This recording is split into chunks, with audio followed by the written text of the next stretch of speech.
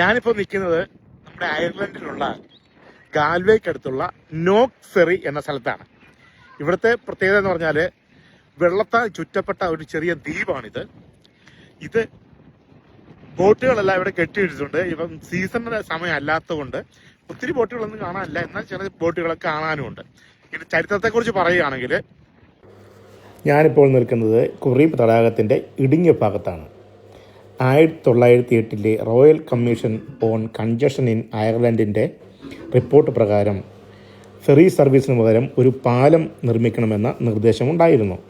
എന്നാൽ അതിന് വർഷങ്ങൾക്ക് മുമ്പ് തന്നെ 1868 ആർച്ച് ബിഷപ്പ് ജോൺ മക്ഹേൽ ഈ പ്രദേശം സന്ദർശിച്ചപ്പോൾ ഈ നിർദ്ദേശം മുന്നോട്ട് വച്ചിരുന്നതാണ്. എന്നാൽ പിന്നീട് ഫെറിയാണ് പ്രാബല്യത്തിൽ വന്നത്.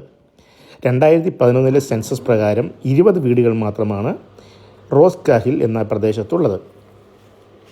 1819 തന്നെ ഇവിടെ ഫെറി പ്രവർത്തിച്ചതായി രേഖകളിൽ കാണുന്നുണ്ട്.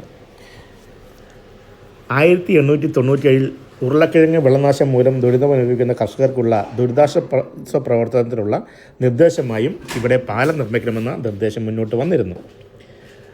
ഐറിഷ് കാലാദാൻ ക്രോയിക് എന്നതിൽ നിന്നാണ് ഈ പേര് ഉരുത്തിരിഞ്ഞ് വന്നിട്ടുള്ളത്. അതായത് കുന്നുകളുടെ ലാൻഡിംഗ് എന്നാണ് അതിൻ്റെ അർത്ഥം. തടാകത്തിൽ നിന്ന് 2400 വർഷം പഴക്കമുള്ള ഒരു ലോഗ് ബോട്ട് കണ്ടെത്തിയിട്ടുണ്ട് എന്നത് പുരാതന കാലത്തേക്ക് വിരൽ ചൂണ്ടുന്നുണ്ട്. 1660കളിലെ ചതുപ്പ് നില കൃഷി ഈ പ്രദേശത്തെ മിതമായ ജനസംഖ്യയെ സൂചിപ്പിക്കുന്നുണ്ട്.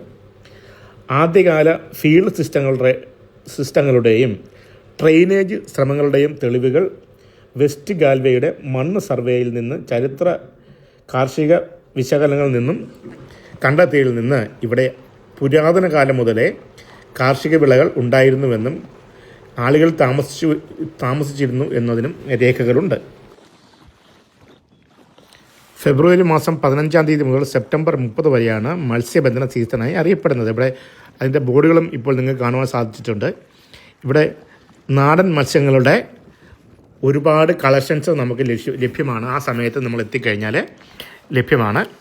അതുപോലെ തന്നെ ആ ഗാൽവേയിൽ നിന്ന് വളരെ ഇടുങ്ങിയ ഒരു പാതയിലൂടെയാണ് ഇങ്ങോട്ട് വരേണ്ടത്. എന്നാൽ ഇത് ഇപ്പോൾ നല്ല രീതിയിൽ തന്നെ റോഡുകൾ നിർമ്മിച്ചിട്ടുണ്ട്. ഇരുവശത്തും കർഷകരുടെയും അവരുടെ കാർഷിക മേഖലയുമാണ്. അവിടെയെല്ലാം ചെമ്മരിയാളിൽ നിന്നും മേയുന്നത് നമുക്ക് കാണുവാൻ സാധിക്കും. അപ്പം എൻ്റെ ഈ ട്രിപ്പിൽ എല്ലാവരും എൻ്റെ വീഡിയോ ആസ്വദിച്ചു എന്ന് തന്നെ ഞാൻ കരുതട്ടെ. ഇതാണ് ഇവിടെ ഏതൊക്കെ മീൻ ഏതൊക്കെ സീസണിലാണ് ലഭിക്കുന്നത് എന്നതിനെക്കുറിച്ച് വ്യക്തമായി അവിടെ ബോർഡ് വെച്ചിട്ടുണ്ട്. അപ്പോൾ ഇതാണ് ഈ പ്രദേശത്തിൻ്റെ ചരിത്രം. അപ്പം ഇവിടെ അയർലൻഡ് ഭാഷയിലും ഇംഗ്ലീഷ് ഭാഷയിലും എഴുതി വെച്ചിട്ട് പബ്ലിക് റെസ്ക്യൂ എഴുതി വെച്ചിട്ട് കീപ് ചിൽഡ്രൻ അണ്ടർ സൂപ്പർവിഷൻ, കുഞ്ഞുങ്ങളെ നമ്മളുടെ നോട്ടത്തിന് കീഴിൽ മാത്രം നിർത്തുക, വിയർ പേഴ്സണൽ ഫ്ലോട്ടിംഗ് ഡിവൈസ് എന്ന് എഴുതി വെച്ചിട്ടുണ്ട്.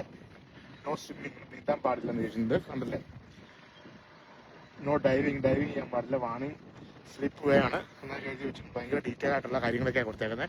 അപ്പം ജനങ്ങൾക്ക് സേഫ്റ്റി ആയിട്ടുള്ള എല്ലാ കാര്യങ്ങളും ഇവർ ചെയ്തു തരുന്നുണ്ട്. അപ്പം നിങ്ങളും സമയം കിട്ടുവാണെങ്കിൽ അയർലൻഡിലുള്ളവരൊക്കെ ഈ ഫെറി വന്ന് കാണാനായിട്ട് ശ്രമിക്കുക.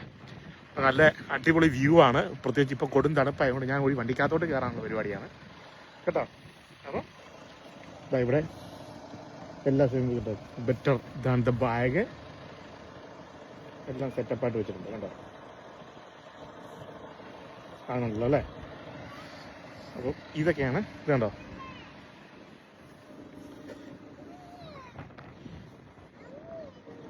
ഇതൊക്കെയാണ് പരിപാടി.